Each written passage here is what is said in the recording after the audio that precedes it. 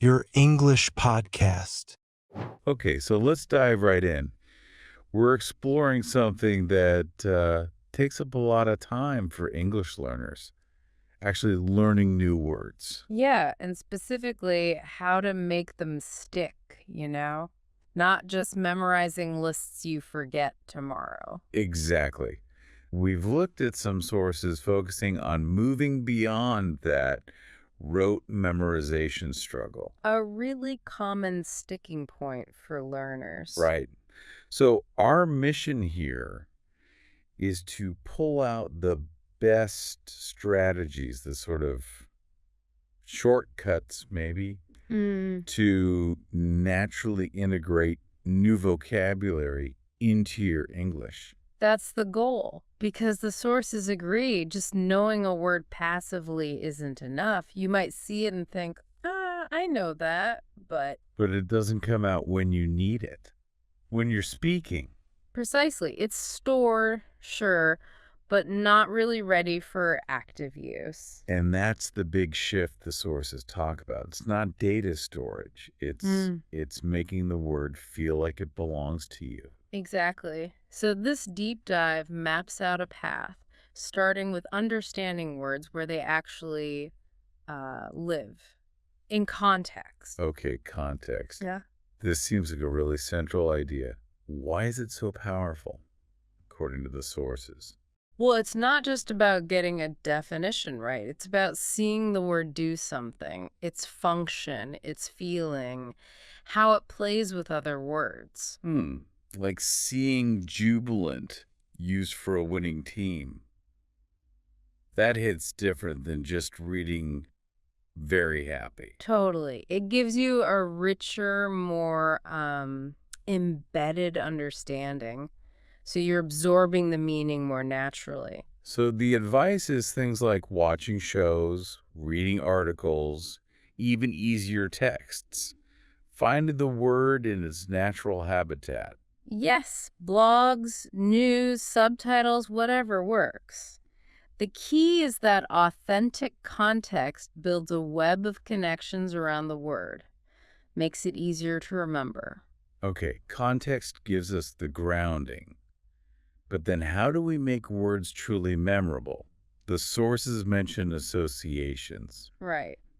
How do you hook a new word onto what you already know? That's the question. Linking it to, say, a similar sound, a personal memory, even a strong image. You gave the example of ephemeral and a butterfly. Exactly.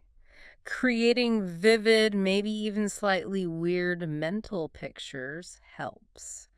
The effort you put into making that connection, especially if it's visual or emotional, That makes the memory stronger. significantly stronger than just passively reading it. Things like mind maps, drawings, they leverage how our brain actually builds memories. And then using them. Putting words into action immediately seems critical based on these sources, like keeping a diary. Oh, absolutely non-negotiable. It forces active recall. Writing about your day, your thoughts. Yeah. You have to pull out and use that new vocabulary. So you learn ponder. You write, today I pondered. You got it.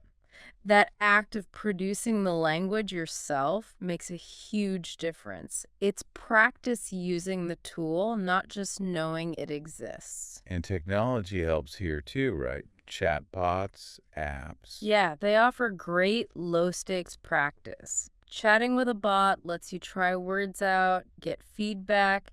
Gamified apps use repetition and association quite well. It makes the learning feel more dynamic, maybe. Definitely. Short, regular interactions really add up. The sources also mentioned emotion. Learning words through feeling. Yeah, this is fascinating. Connecting a word like nostalgia to a specific personal memory creates a really strong non-linguistic retrieval path.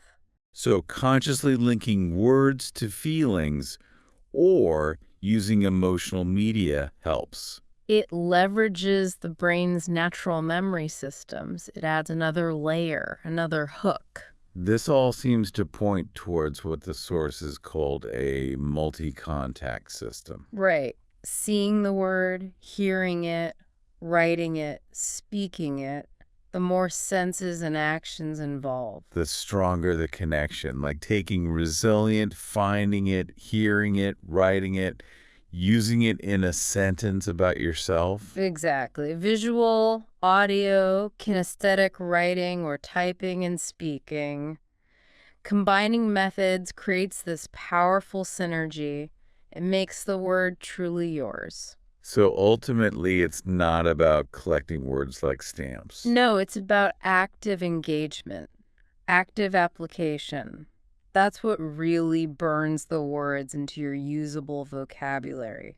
Write, speak, describe, plan.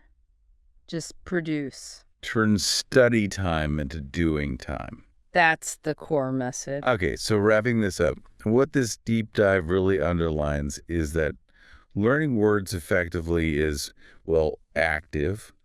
It's about engaging deeply, using context, making personal associations, and consistently actively using the words yourself. Right.